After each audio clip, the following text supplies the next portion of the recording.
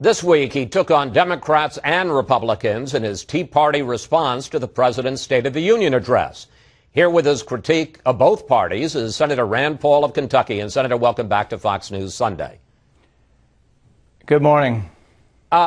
We'll get to the president in a moment, but let's start with the Republicans. You say the sequester is fine, even the $40+ billion that the Pentagon would take in military spending cuts. You just heard Senator Graham say, no, it isn't fine, that would further jeopardize our national security.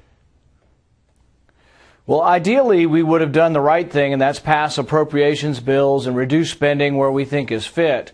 The sequester is sort of a hammer. It was requested by the president. It was his idea, signed into law by him. So I think it's disingenuous for him to go back on it. But to put it in perspective, it's $1 trillion, but over the next 10 years, spending will go up $9 trillion. So even with the sequester, spending will still rise overall. So the sequester really is a reduction in the rate of growth of spending. It's not a real cut in spending. Senator Graham also says you're wrong, that the last thing we need, talking about drone strikes, that the last thing we need is a judge second-guessing the commander-in-chief. Well, I think we need to make the question a little more precise. What I'm asking is about drone strikes on Americans, on American soil. The president will not answer that he cannot do this. In fact, he seems to be asserting that he can do this. The law indicates that he can't. The CIA is not supposed to assassinate people on American soil, and the Department of Defense isn't allowed to act on American soil because of the Posse Comitatus Act. So the American law says they can't do this, but the president, all he will say is he doesn't intend to do this. That's sort of like him saying, oh, I don't intend to override the Second Amendment, but I might. I want him to say absolutely won't kill an American. Let me interrupt for a second, because I thought that you were objecting to drone strikes on American citizens on foreign soil as well. Is that not true? I'm primarily asking, and the primary question is Americans on American soil. Can the president kill them with a drone strike from this program?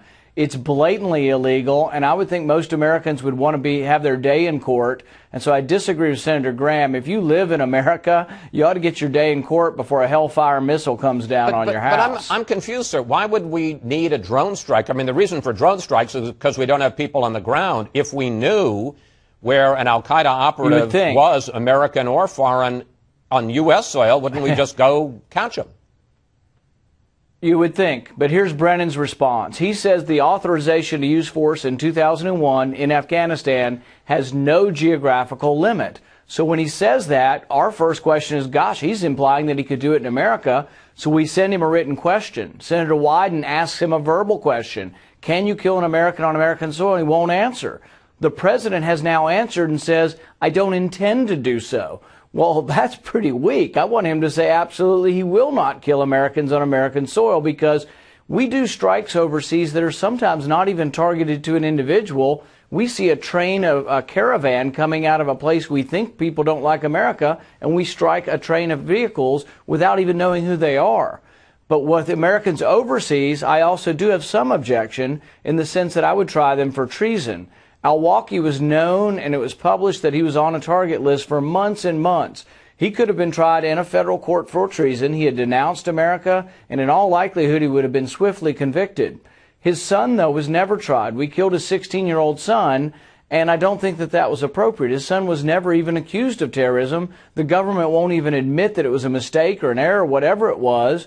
And I think that is wrong. You should get some protection for being an American citizen. Where I agree with Senator Graham is, if you have a grenade launcher on your shoulder, by all means, and you're firing at Americans, you don't need due process. But if you're sitting in a cafe in Paris or Yemen, there probably should be some process where a judge decides your guilt, or a jury.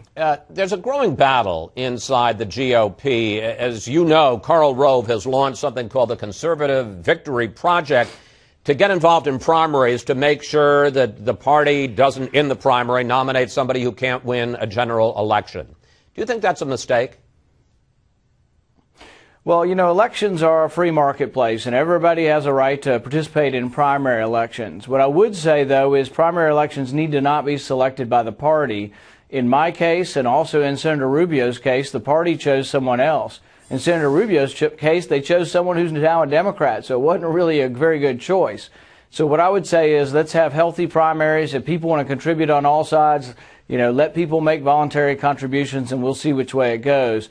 But I think competitive primaries, you end up getting a good candidate typically. All right, let's turn to the president's agenda. What's wrong with the idea that the president laid out in the State of the Union that, yes, at this time, particularly when we have such a weak recovery, we need to spend more money. He calls it investment on education, on infrastructure, on research, especially when Mr. Obama says if you make cuts in other places, we won't add, his words, a dime to the deficit.